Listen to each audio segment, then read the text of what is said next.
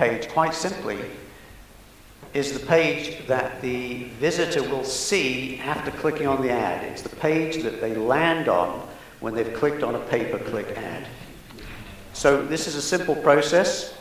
The potential patient goes to a search engine and searches on something. In this case, I searched on IVF, if my little pointer works, somewhere up here, up here. I searched on IVF, and you can see here are, these are pay-per-click ads. It's not always very clear. You can't see on this screen. They make it hard for you to tell. This screen shows it quite clearly. There's a different color background. But you might be able to see up here ads related to IVF. So these are pay-per-click ads. The next step, of course, is the potential patient, the searcher, is going to click. In this case, I clicked on this link up here. Now, when I clicked on this link, the advertiser is charged. I'm not sure how much here, probably somewhere between $5 and $10. Maybe around $8 for that click, for that one single click. They're going to be charged. Hence the name, pay-per-click advertising. And step 3, they're going to land on something. There will be a web page that is sent to them, the landing page, and in this case, this is what I saw. This was the landing page. Now, the number one problem with landing pages is that there is no landing page, not having a genuine landing page. And by that, I don't mean that you click and nothing appears, and that does happen now and then. It kind of amuses me when I see that. But what I mean is people are directing the visitors to their home page, to the website home page. People who are with clinics, with pay-per-click, how many do that? How many know, if you know, how many of the ads direct people to the home page? Okay, there's a few. I suspect some of you probably don't know. So in this case, I did a little test up here. I searched for IVF costs. It's a very specific phrase. IVF costs. And I've got these ads here and here, and I clicked on them, and I went to see what would turn up. So the first one, this is the page that's acting as a landing page. In fact, it's really the clinic's homepage, the website homepage. This is in Denver, Colorado, so it's the right location. But I've landed on this page. Now remember, I'm looking for something related to IVF costs. That's what I typed. But I don't see anything on this page about costs. Now, I know that I could dig my way through this website and I might find information about that subject, but there's a good chance I wouldn't. And so quite frankly, I'm clicking on the back button because I put a very clear search in. I'm going to back out and see if I can find something else. This is the one we saw earlier on. Again, it's a landing page in theory. It's a bit more cluttered than it should be. It's actually, I think, a lead generation site. We can see down here, Florida, Atlanta, Chicago, Dallas. But again, I don't see anything about costs on here. So there's a good chance I'm going to do the same thing. I'm just going to hit the back button and try something else. Now, this is somebody's homepage as well. The first problem is it's in Florida, and I'm in Denver. I don't think there's much chance of somebody in Denver using this service. That doesn't mean people don't sometimes travel for such services, but when they're searching locally, the chance of them making contact with somebody 3,000 miles away is probably pretty slim. But even if it was in Denver, we still have this problem. There's nothing about costs. We also have this big block of text. This is very typical of websites these days. You throw text at people. I'm not going to read that block of text. Why would I waste my time reading that block of the text, hoping I'll find something useful? In fact, I've even been told, there's a header here, I've been told it's not about costs. So again, I'm going to just hit the back button. This one is international. I don't think it's local to me. Of course, this is a different subject, matching people up. If you post your ads in the wrong location, you're paying for somebody to click on your ad when they're thousands of miles away and they're not going to be doing business with you. But that isn't really quite the subject we're discussing today. Again, there's nothing about costs in here. I'm going to hit the back button This one's in Denver. They've used this funky font, so it's hard to tell. There's a phone number, whoops, at the top there. Let me back that out. There's a phone number sort of hidden away at the top for some reason, but this is Denver, Colorado. But again, nothing about cost. This is a homepage. Well, it's probably not even the homepage, is it? But it's the programs and services page that directed me to for some reason. Now, I'm not saying, by the way, that none of these pages work. I think probably sometimes they do work, that people will come to these pages and they will dig their way through and they might click on Contact Us. So my position here is not this is a total failure, but my position is because there's no good match, it's not going to work very well. You won't get the number of clicks you need. Another one here, this one again is in Denver. Now, probably my eye will be pulled in here and then down the page, and we saw the mouse charts earlier on, where you could see how people kind of move around. They come up here and then they go down and so on. Probably the eye comes in here, and then it comes down, and then it hits these things here. I might not even notice there is actually a link up here that says costs. Some people probably will, and they'll follow that. But it's still not a landing page that has been created for IVF costs. Another one here, this is actually an Indian clinic. The first thing is this banner at the top, it looks like it was created with a banner advertising generation tool from 1995. It's incredibly unprofessional. There's this little mistake down here. Little things like this tend to give people a feel for your clinic. It's not a good thing. And then big blocks of text. Why do I want to read this? They haven't given me a reason to read it. I don't know, though. It is based on low-cost IVF. Maybe they get some contacts on this, but I'm saying no. Now, this is getting closer. Now, the problem is it's in Virginia, which is still several thousand miles from Denver. Is it, did I hit somebody's site? No, maybe not. So this is getting close, and I do like these big buttons, free consultations, affordable fertility care, and we have the costs here. There's actual cost information. So this is getting close to what a landing page should be. I suspect it's still the actual home page. So pay-per-click is all about matching. Pay-per-click advertising is about matching up things.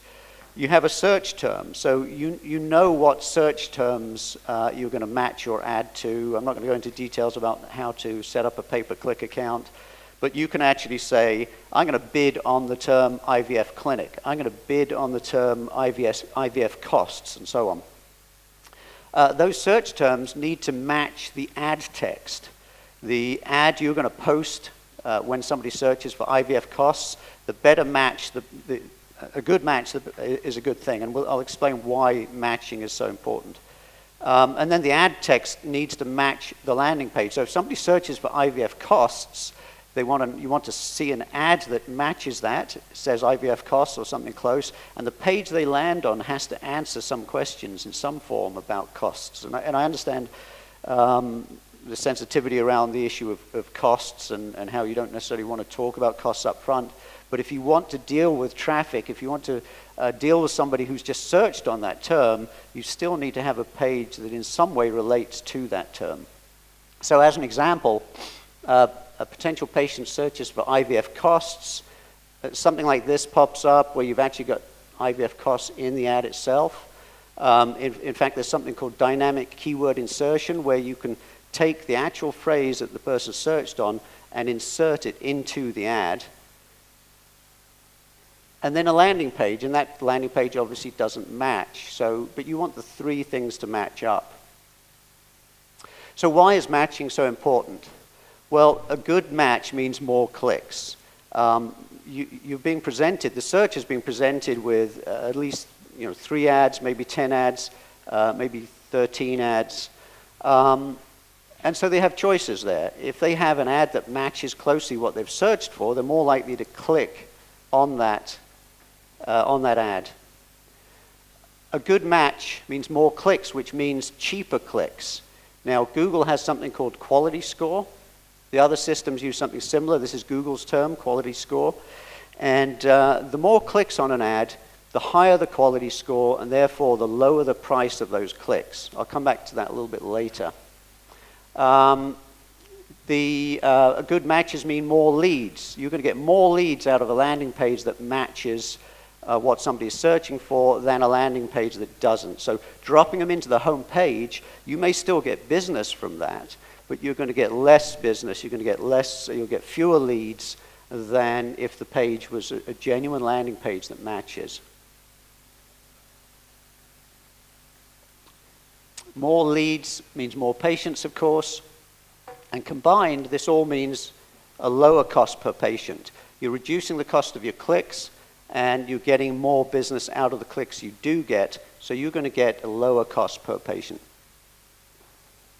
So for those of you who have been involved in marketing at all, it's, part of the marketing jargon is the funnel. The idea is you've got all the people coming up at the top. These are your ad impressions, how often the ad appears in the search page. Some of them are going to click, but not all of them. Some of the clicks will turn into contacts, some will turn into patients. Unfortunately, the funnel usually looks like this. And this is very common in all businesses, in pay-per-click. Most pay-per-click is not being done very effectively. And so there's a lot of ad impressions, far fewer clicks, and those clicks, most of them are not being converted to contacts, and the contacts you do get are often not being converted to patients. So that's the typical funnel. And what you really want is something more like this. The idea is to sort of force the walls of the funnel out. And at each step, you want to improve. You want to increase the number of people that are taking some kind of action. Whoops. You're trying to increase the number of people who are actually clicking, and then they land on your page, and you want to increase, by having a good landing page, increase the number who will contact you. And then actually there's something I'll leave you with at the end. There's a way to increase the number of patients that you get out of those contacts. So what makes a good landing page? The first thing is it needs to match the search. Obviously, we talked about that already. But it also needs to be easy to read. And it needs to be simple.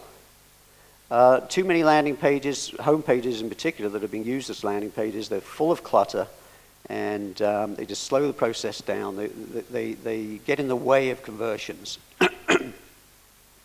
You want prominent contact information. It surprises me how often people hide the contact information. I don't know why. You want calls to action. Essentially, you're trying to focus. You're removing all the clutter. You're removing the stuff that doesn't really matter, and you're focusing the visitor on the task at hand. And really, there are two tasks at hand. There's the visitor's goal. In this case, the visitor's goal is to learn about IVF costs. But then you have your goal, and that goal is obviously to get them to contact you and ultimately become a patient. So the idea of a good landing page is to get rid of all the garbage that isn't assisting either you or the visitor, and then focus the visitor on doing something that will help you. So this obviously is not an IVF clinic. I've had trouble finding good landing pages for IVF clinics. So I went and looked at a couple of industries that have spent literally hundreds of millions of dollars on pay-per-click. They've done a lot of testing, and they know what works. So I did a search, as you can see here, for download movies. And this is Netflix. Netflix obviously is a big brand in the US. And you can see how focused and uncluttered this is. Here's the primary message: watch TV shows and movies anytime, only $7.99 a month. Here's the call to action: start your free month. There's not much to it. There's no clutter whatsoever on this page. There's a little bit of information down at the bottom. I don't know if you can read those. This one says no commitments, cancel anytime. These are not links, by the way. The only way out of this page is using this button, or using the sign in, or clicking the back button. That's the only ways out of this page. So they're really focusing people. This is Hulu. Hulu they do streaming TV. Again, primary message: instantly watch hit TV shows. They've got 3 sort of secondary messages, very simple. And then the call to action: try 1 week free. These guys try a little bit harder to sell. They've got watch the guided tour. It'll pop up a video, which obviously is a sales pitch. We have a few simple links down at the bottom. But you can see, even though there are other options, there aren't many, and the primary messaging area is really clear. this page is really uncluttered and it focuses the visitor. I'd never heard of these guys, MGO, and so actually I don't think most people have. These guys have to try a bit harder to sell, but still we have a primary message, we have a call to action. Enjoy 2 movie rentals on us. This was a mistake. That's an asterisk. I don't know if you can see that. That shouldn't be there. That's kind of pointless.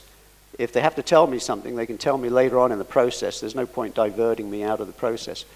A few little secondary messages, thousands of titles, favorite devices, no subscription fees. But they do have to do more. They do have to sell a little bit harder. But again, they're not throwing big blocks of text at you. My theory of this is you can't expect people to read big blocks of text unless you give them a reason, unless they need that information. Here, movies and TV galore, that says everything, pretty much. Okay, there's some background information if you need it, but the title says pretty much everything. Your favorite devices, they actually have a link here to see the supported devices. I'll bet most people never click on that because the particular device they're going to use is listed here anyway. Pay as you go, it is a different model, so they have to say that. But actually, I don't need to read this text here in order to get the message. Sign up for free takes us into the same place as this does. So this is another business, obviously the mortgage business. I did a mortgage search, you can see up here. Again, very, very focused. Primary message up here, we've got a secondary message. And then this lovely big arrow basically saying, come on, get started, here's where you go.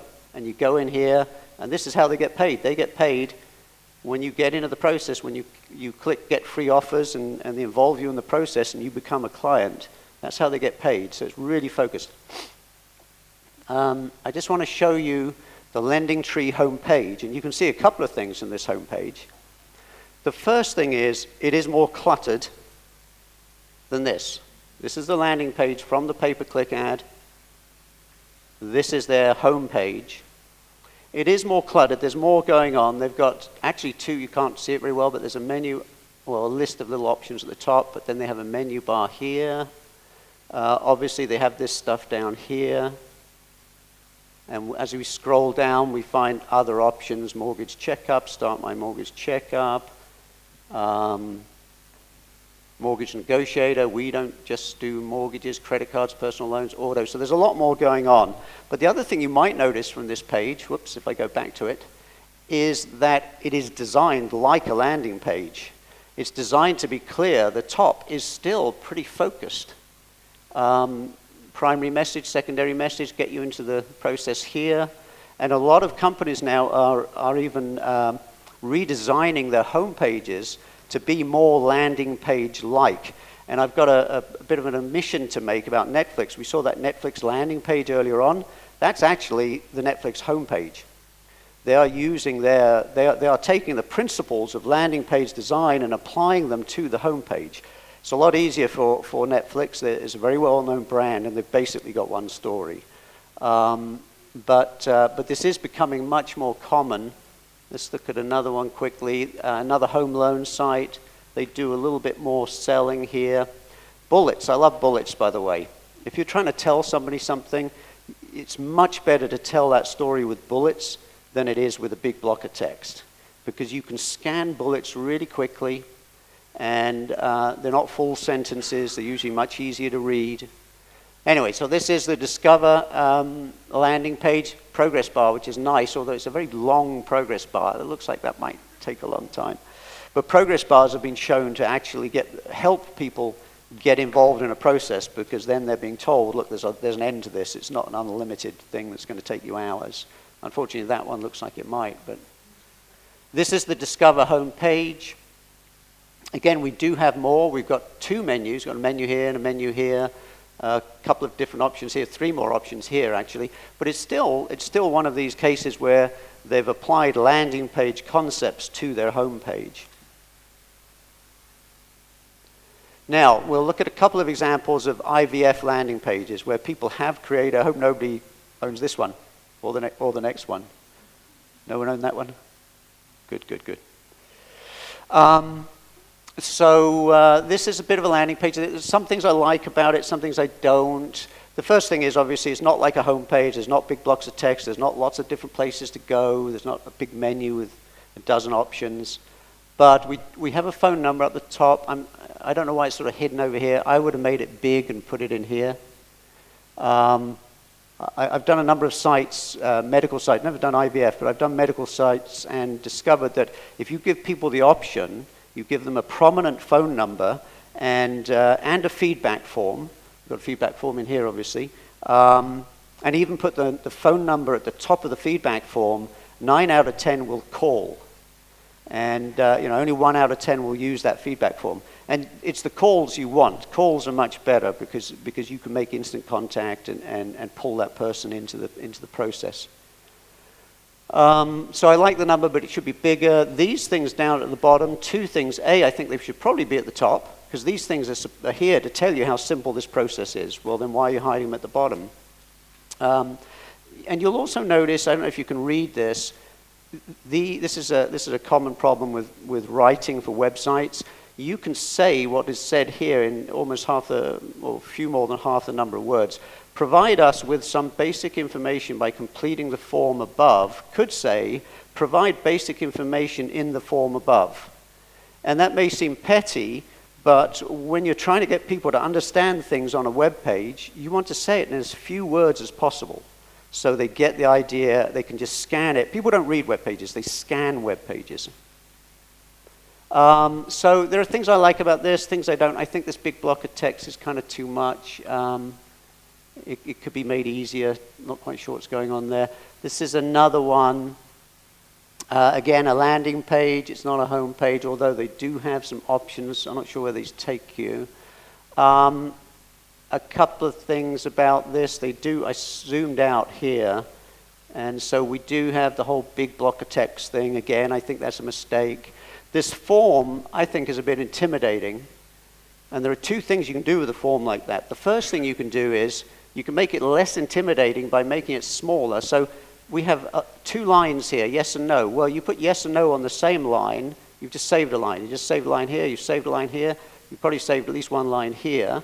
That's month, day, and year of birth. That could be, they could have a label that says date of birth and then 3 drop-downs instead of taking up this giant area. So you can compress forms, you can gather exactly the same information and make it look a lot less intimidating.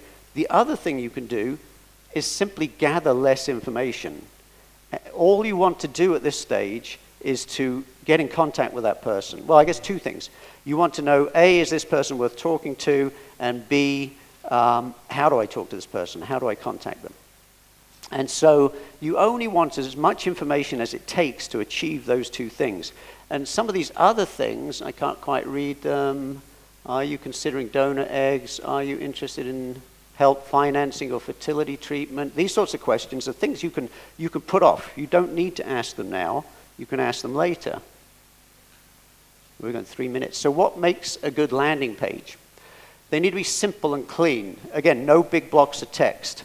In fact, as little text as possible. Cut the text down, throw away words that don't say anything, and focus on the message. Remove all the clutter.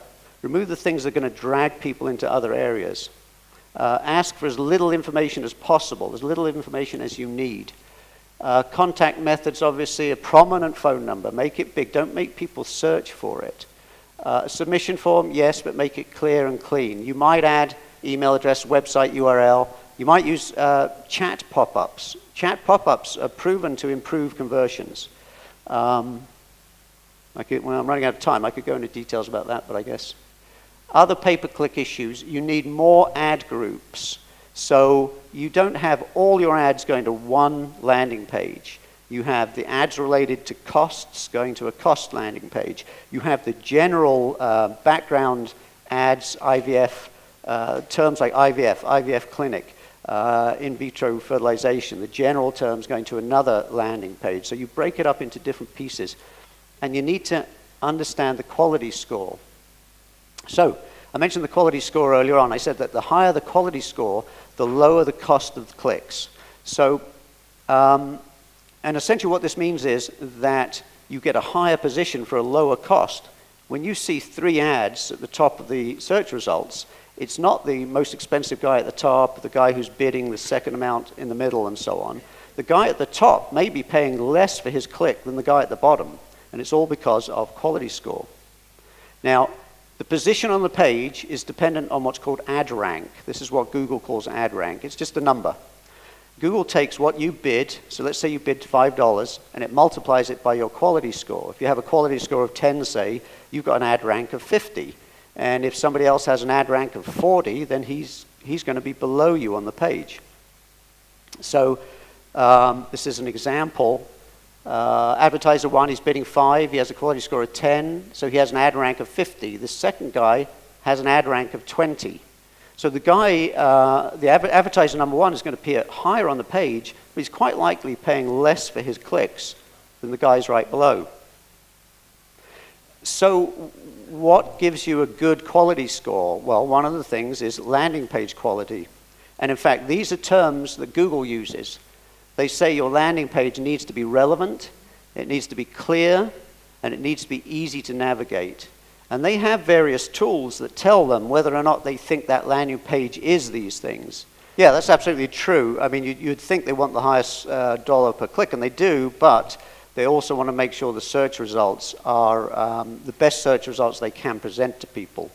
So I know I've run out of time, but essentially good landing pages lead to lowering the cost per patient. And I just want to leave you with one more thing. This is a huge problem I see with lead generation, with attorneys, with plastic surgeons and so on. They don't respond to their leads. Ideally, you need to be contacting a lead within minutes. And I do mean that, 2 or 3 minutes. Well, ideally in seconds. But if you leave it days, they're already talking to someone else. And I've worked in situations in which literally millions of dollars worth of leads have just gone to waste because the people receiving the leads are sitting on them for 2 or 3 days, 2 or 3 weeks. So you need to get back to your leads as fast as you can.